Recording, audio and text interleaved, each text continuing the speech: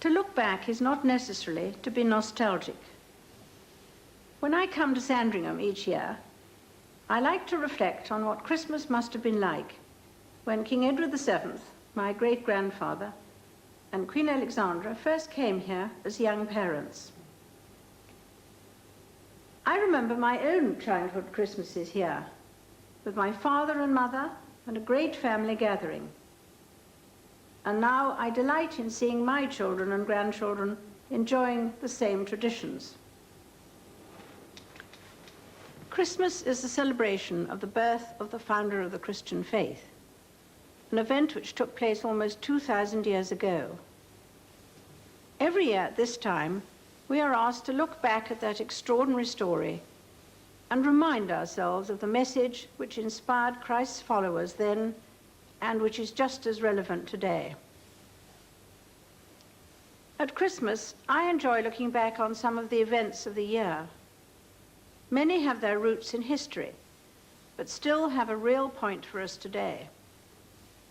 I recall especially a dazzling spring day in Norwich, when I attended the Maundy service, the cathedral providing a spectacular setting.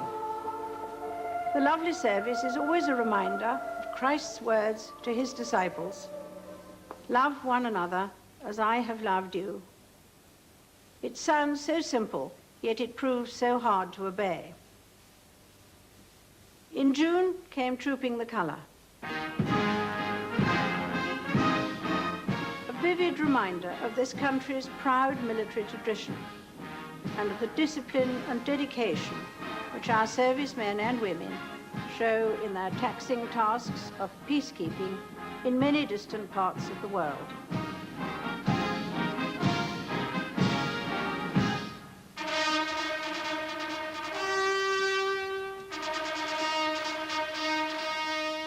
Then, in October, I opened Parliament.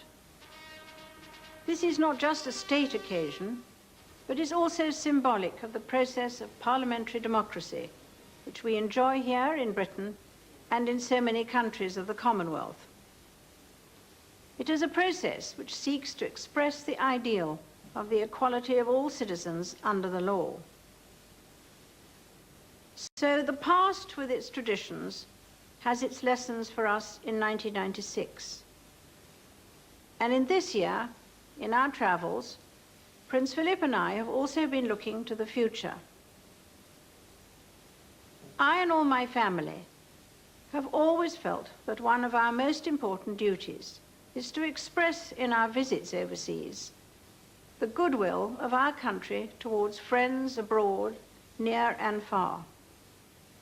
So last spring we visited Poland and the Czech Republic, where we saw the development of democracy and prosperity in countries which only recently were communist governed.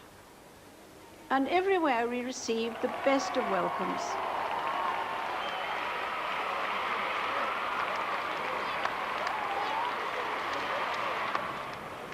In the autumn we went to Thailand, where we renewed old friendships and witnessed the blending of tradition with a dynamic commercial spirit. There was also a happy visit to this country by the President of France. And I shall never forget the state visit of President Mandela. That most gracious of men has shown us all how to accept the facts of the past without bitterness, how to see new opportunities as more important than old disputes, and how to look forward with courage and optimism. His example is a continuing inspiration to the whole Commonwealth and to all those everywhere who work for peace and reconciliation.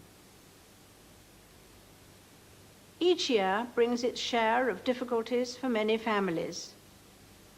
This year has, I know, been no exception, and during it some have suffered bereavement of a tragic and shocking kind. At such times, it is tempting for all of us, especially those who suffer, to look back and say, if only. But to look back in that way is to look down a blind alley.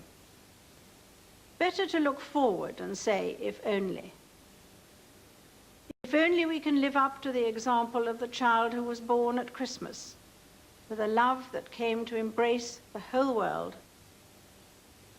If only we can let him recapture for us that time when we face the future with childhood's unbounded faith.